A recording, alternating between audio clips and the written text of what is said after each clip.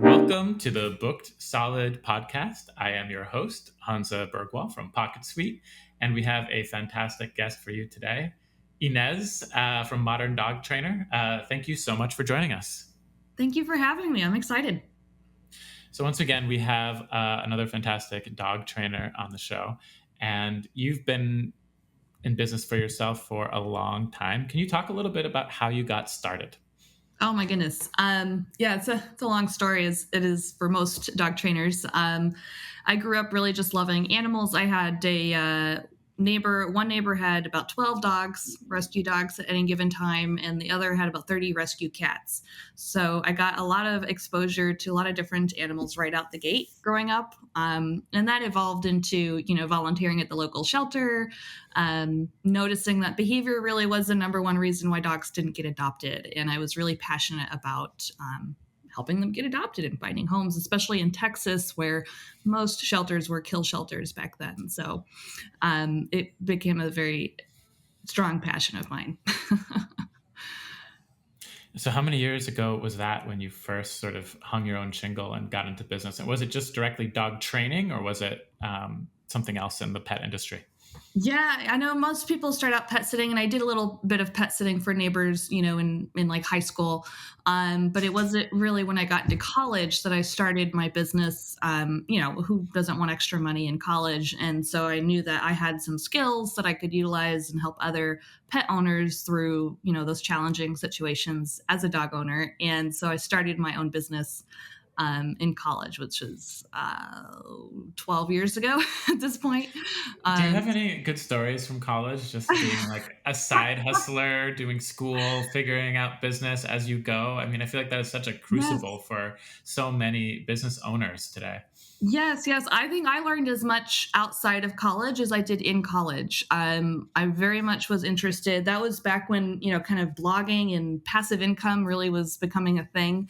And so that's really what got me started online and starting a blog is I wanted to not only have my in-person dog training business, but share my journey and share what I was learning alongside that on a blog, and that grew into an audience of dog trainers that also were very interested in what I was up to.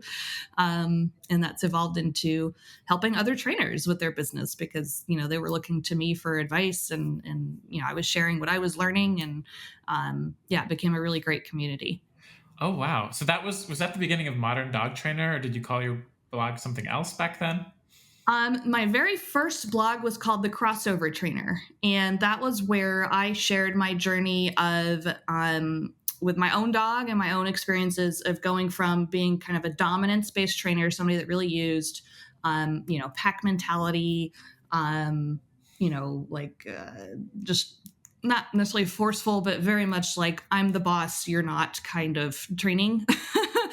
And I happened to adopt like the one dog that hadn't worked for. And so I was very much in that journey of, well, what does work? Because I was getting a degree in biology, very much understood like science and wanted to figure out, the science of training and why things were or were not working. So I shared my crossing over journey into positive reinforcement based training. Yeah, yeah. For those of our listeners who aren't in the pet industry at all, can you just back up a little bit and explain what the crossover journey means? There was this sort of overarching predominant way of training dogs years ago when you Yes. started, and you were part of a kind of revolution where a new kind has, I don't know if it's become the most popular kind, but it's become a very popular kind, which you are Yeah. definitely a part of. Can you just talk a little bit about what that means? Yeah, so being a crossover trainer means that you started out using one method and crossed over to the other side of the fence, as we like to argue, into a different methodology, usually a more positive reinforcement, force free type training methods. So, I think that. It can be a challenging journey, an intimidating journey to realize what I've been doing is not a best practice, right? To put it, politely. And so you go through some emotional turmoil of like, what have I done to my dog? What if you were a professional trainer using those methods, you did teach other owners how to do that with their dogs. So you want to be passionate with yourself, realize that, you did the best you could with what you knew back then. And now, you just have to move forward and do better moving forward. But, it really is an interesting journey, and one that is becoming more and more rare as people start out in dog training right out the gate as positive trainers, which is really amazing to see. Yeah. And in terms of building your business, what was the point when you were really like, cooking with gas? What was your level up moment? Oof. Several different time periods. So there's two that I want to speak to, and for two different reasons. One is the one I had with my dog training business, and one is the one I had with the modern dog trainer. So the first one was when I first moved across the country. I had to move my entire dog training business, and it was a couple of months in the works. I knew it was going to be happening, and so I was proactive in updating my digital marketing presence so that I could hit the ground running in my new state. So I moved from Texas to New York. And I made sure, everything was updated on my website so that when people were searching for dog trainers, I would start showing up in New York where I was going to be. So I very much used those skills that I learned kind of as a blogger in updating my website and optimizing my website to be found by other new clients in my new location, which was really amazing to see. It's much harder nowadays to do that because of just the quantity of trainers and businesses in general, but it still very much is an important piece of the puzzle. And then my second, level up journey was really when I took the modern dog trainer full time, and that came as a result of having had a baby. And I wanted to make sure that it was kind of like a make or break moment. It was either it really grows and develops into something that can provide for my new family, or it needs to really be set by the wayside for the next 5 years as I raise a toddler. So it ended up working out, and I've been able to help so many incredible trainers. I can't even say across the country, it's across the world. I've worked with people in Australia, New Zealand, South Africa, Europe, on top of lots of people in the US and Canada with their businesses. So it's really been an Yeah. amazing journey. Modern dog trainer, you now train other trainers, and sort of Yeah. what you learned how to do starting in college of creating a successful dog training business. Yeah. You actually have a book, I guess it's an ebook that you have for free on your website called 10 Common Mistakes New Dog Trainers Make with Their Business. And I was wondering if you Mhm. could share a couple that you've seen over and over again, that might be relevant to anyone starting a new business. Absolutely. I think, if there's like one thing you walk away with is really to start with the end in mind and build your business to be something that you want to be running in 5 years. And that means having policies and structure and offers that you enjoy delivering. I see a lot of trainers, and really this goes for any small business, offering services that they don't actually truly like offering. Maybe some trainers like group classes, and others like private lessons, and you find them offering things that they don't really fully enjoy. Like if you don't like group classes, then don't offer that. Figure out how you like to work and really give yourself permission to lean in on that and stop forcing yourself to do things just because you see other people doing it. Is very much like the biggest takeaway I would love for you guys to walk away with is really embrace who Yeah. you are, right? And allow your business to support who you are from the get-go. We actually see that over and over again in so many different industries that there's Yeah. just a lot more room to specialize than people really believe, and that it can help with your branding. If you're like a mobile Yeah. detailer and, it's hard to do both like, old Honda Civics and luxury cars, you should probably pick a lane. You'll do much better sort of, knowing how to like, really specialize on one thing you do really well. Yeah. And even like with that example, like car detailer, immediately what comes to mind is like, what if you specialized to be a car detailer for pet owners or dog owners, right? Like they have a different level That of, actually exists, by the way. yeah, That is like a yeah, right. I'm specialized like, service for yeah, like detail. if you like dogs and you like clean cars. Yeah. Yeah, that's so good. What's another one that you just see over and over again with people starting a new business? Oh, um, not taking time to do the math of what it really does cost you to offer services. Instead of looking at, these are my expenses, this is how much time I have to actually serve clients versus, do admin work in my business, which you will need time to do. People just start off by looking at what are my competitors doing, and I'm just going to copy what they're doing, and I'm just going to copy what their pricing is because that's the easiest answer. But really, you don't know what goes on behind the scenes in their business, and you don't know the level of quality of service that they're giving their clients. And so your business has to start with how you want to do things and how much money you want to make and how much time you want to be working. And just ignore the competitors. The only people that matter are the clients that are going to be willing and able to pay you.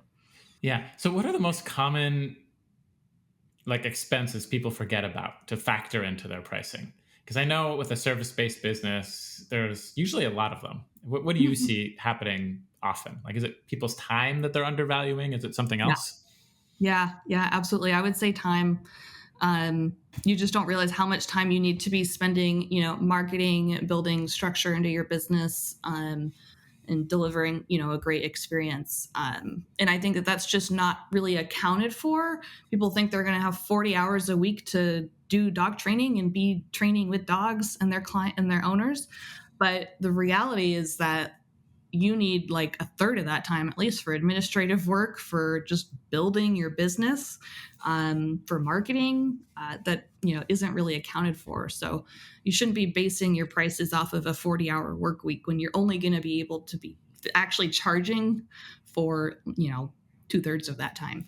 Yeah, basically, what you're saying is that if you are doing 40 hours a week on direct to dog training, you're actually working 60 hours a week because there's a ton of other things that have to get done. Yes. So think about your work life balance and price and plan accordingly.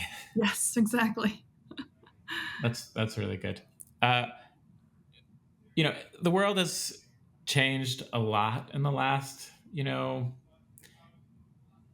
bunch of years since you were in college. Like, what are the things that are sort of new that you think service-based businesses really have to do? Do we all need TikTok accounts, social media? What are the ones that are like, absolutely yes, this is really effective, I've seen it over again? And what are the ones that are like, if you enjoy it? I'll start out by saying that I have not adopted TikTok in my business. I know a lot of people use it. I don't even know if we're going to be able to keep using it. I don't know what the legislation is going to end up doing with it, but ultimately it comes down to who are your clients and where are they, right? If they're not on TikTok, then don't worry about TikTok. Like that is irrelevant, right? So it really comes down to really making sure you understand your ideal clients and you understand where they go to for help, or to look for resources. And that's one of the reasons why I love Facebook. For what we do as trainers, there's really not many other platforms that can deliver such a speedy, community, right? If you think of Okay. yourself, So which tools do you use on Facebook? Because I know it's like a huge site with right? tons of marketing and advertising tools. So which ones do you use? We use engagement in Facebook groups. Okay. Yeah, You have a Facebook group, yeah. it, word of mouth, people get referred in, and then you have a lively community. That's how it works. That's a very simplified way of putting it, but ultimately, for our students, we have our students who are building their new dog training businesses go out into the community virtually, right? So go out into Mhm. Facebook groups and build connection, build a reputation very quickly, thanks to the internet and Facebook. Um, the reason we love Facebook is because there's not really another platform that offers that group functionality You can immediately just be in the room with 500 of your neighbors. Right. Right. So it's a very important tool that we like to use. Yeah, it has to be so. Well, I guess nowadays there's a lot of virtual training with dog training. Mm-hmm. But usually, traditionally, it's a very local business. Yeah. Yeah. Do you find with trainers that you work with that people are doing more virtual trainings with people around the country, or is it still very local? So with the pandemic, when that hit, so many trainers went virtual, right? That was basically the only option you had to continue your business is help people virtually. And that was something I was doing back in 2014, like almost 10 years ago now. Um, I had a full virtual dog training offer. And I ended up working with somebody that was in Africa back then because nobody else was offering virtual training back then. But nowadays, it absolutely should be on your radar. It doesn't need to be something you are implementing like this month, but I think that it's a great piece of the puzzle to building a sustainable and profitable business. Right? It's going to allow you to grow a lot faster and serve people when travel constraints are in place, and just serve a wider audience as maybe your favorite clients move away or you need to move somewhere else for your own family. It just gives you so much more flexibility in what you're able to do. Really cool. Do you have any advice for anyone who is, you know, maybe gotten to the next phase of their business? They've started out and they're looking to make a couple of their first hires to grow their business. Yeah. Oof, I remember when I first hired. I was determined to never hire an employee ever, and now I have two of them. And it is a journey. It is a process. It's going to be a learning experience. But when you get the right people on your team doing the right work, it's incredible, and it frees up so much of your time for bigger picture thinking and for helping basically taking on the work that you enjoy doing. So I would say make sure that you hire based off of your needs. Um, Create the role and kind of the checklist of things you need that person to do before you go out and find the person. What I see a lot of the times, when you're building your small business, a lot of my students end up hiring maybe another trainer they know of locally, or they hire a friend because they really like this person. And they get into kind of a sticky situation when that person doesn't deliver on the work that needs to get done, right? Or they don't do it the right way, or, there's just kind of personal conflict there. So take yourself seriously. Think like you were, a CEO of a Fortune 500 company, and think about what are my needs for my business. Because at the end of the day, it completely impacts, your livelihood and your success in your business. So don't let friendships kind of get in the way of that. You are the second Book Solid interview in a row that has warned against that idea of like be really careful hiring friends, because it's a different kind of relationship to be someone's boss and be their friend. Yes. And a lot of times, even with trainers that are working for like a larger organization, and they go from, kind of equal level trainers to now one's been promoted to, supervisor and the others stayed. Going from peer to, boss is a very challenging transition for many people. So definitely be careful with that. It's just a different kind of boundaries and like, what you would do with a friend who's late or, needs a day off last minute, and, how you would treat someone working for you. Exactly. So it sounds like your recommendation is just immediately try to like look for people who you can start fresh as, a working relationship, rather than trying to transition from friendship, because friends are valuable too. You don't want to lose friends. Right. Exactly. uh, uh, Tell me about some of your programs that you offer to dog trainers. Oh, I'd love to.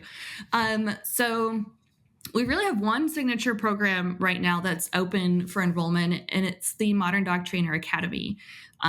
This is a 6-month program where we deliver essentially proven strategies that have worked for many other trainers before, everybody. And so no matter where they are, right? So it's strategies that you can come to the table, look at them, think about how they would work for you, and really plug and play for your own business and your own preferences, right?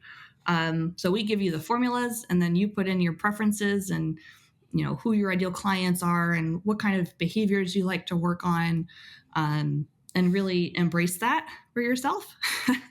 And then we give you the marketing strategy to go out and find those ideal clients and more of them and generate them consistently. So it's really an amazing program. We've had so many amazing success stories, and it's really been able to change people's lives for the better.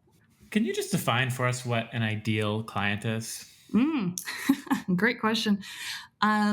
So it's somebody that you enjoy working with, and it's you really want to get into just their demographics, like where are they in life locally, what kind of house do they live in, what kind of family does their situation look like, but also get into how they think and what they value and why they wanted to get a dog in the first place. And really understand what they're seeking to get out of training so that you can create something that's going to make sense to them, right? It's not about just offering group classes or private lessons. It's really, what can I create that's going to allow them to see the best results possible as quickly as possible? Yeah, I feel like so many times people in business are just looking for any client that they forget that they really get a say in defining their ideal client. Yeah, Whether even if you're doing like hair, like you probably have an aesthetic, you probably have something that you're really good at, a price right. range. You could probably find out a lot of things about what is your ideal person Yeah. and And start relationships where those people are. exactly. It makes it so much easier to know what you need to be offering and know what price point you need to be offering at and know what to do for your marketing. Because if you're trying to attract just anybody and everybody, I mean, you have like an infinite number of options as far as how to start marketing, right? But when you are like committed and have made a decision that I want more of these people as clients, then you know where they hang out. You know what they want out of hanging out with their dog. You're able to narrow down and kind of start answering your own questions as far as like, what should I do for marketing? It really comes down to, who do you want to attract? And I think it's also huge for repeat clients, which a lot of service businesses, Yeah, live or die on. It's like if you find your ideal client, you don't have to find a new client, every couple months because right. they tend to stick with you a long time. Exactly. Yeah. Cool. So what is next for Modern Dog Trainer? Well, we have lots of fun things underway. We have just launched and are going to be reopening soon our new community called the Modern Dog Trainer Collective. This is a space that we've been thinking about for well over 6 months, because I noticed that there's some really great dog training schools you can go to. Um, you can go take other people's classes, but there's really nowhere to go to discuss really the practical application of what you learn in the classroom or at a seminar or at a conference, right? You kind of take that info in and then you go into a client's home and you try and figure out how to apply it. But really, we really want to, with this space, is host conversations that allow other trainers to connect with one another, to share what's working right now, what hasn't worked. This is how I applied this certain theory to this kind of client, so that we can start to discuss what are some best practices, help people kind of troubleshoot challenging cases. And ultimately, we also have a call in there that allows us just to chat as colleagues, right? That you really don't get to do as a solo business owner and dog trainer. Yeah, it's something that comes up again and again is that, it's wonderful in so many ways to, have a self-employed career. Mm-hmm. But you can't take for granted the sort of mentorship or Yeah. conversations that, other careers get to have with their colleagues in the office or Mm-hmm. what have you. And so, in order to really flourish, though, you need to have those conversations and find Exactly. those networking communities where you can talk to other people who do what you do. Yeah. And usually, before this, the only place you could do that was like at the end of a conference, right? At the end of a day at a conference, you sit down to dinner with a few other trainers and you get to talking about what you learned that day. And that happens once a year. So now we get to have it every week. And some of the conversations that are coming out of the collective are really incredible. Can you give me an example? Oh, just learning. So one of the calls I was on, we were discussing what happens when a client has two dogs and you're really only there to work with one, right? You've been paid to work with the one dog, but the other dog, who you thought wouldn't be a problem, is, because he can't be separated without freaking out. And so we got to discuss, how were these trainers from around the world? We had somebody join from Japan at like 2 a.m. her time. How would you address that situation? How would you manage the situation so that the client is able to succeed? The dog isn't stressed out and you're able to deliver the service that's been paid for, right? So that's just like one example of, how we would apply, all these theories that we know to real world situations that we're coming across in the field.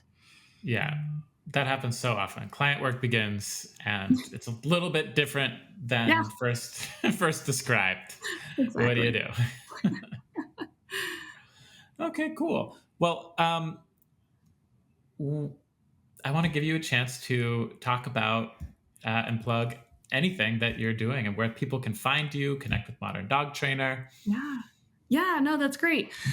So everything's on our website, themoderndogtrainer.net. The last fall, I published a new book called The Modern Trainer's oh my gosh, I can't talk today. The Modern Dog Trainer's Guide to 10K Months. And that really came out as like a culmination of all of my teachings. It's a high level overview of what we teach our students so that you can start to grasp the process and the strategy that we teach and implement some changes, right away. And you can get the book at themoderndogtrainer.net/book. And we also have a free Facebook group that, I'll do free live trainings in and share loads of different resources. And we have great conversations in there called Clients, Impact, and Profits for the Modern Dog Trainer.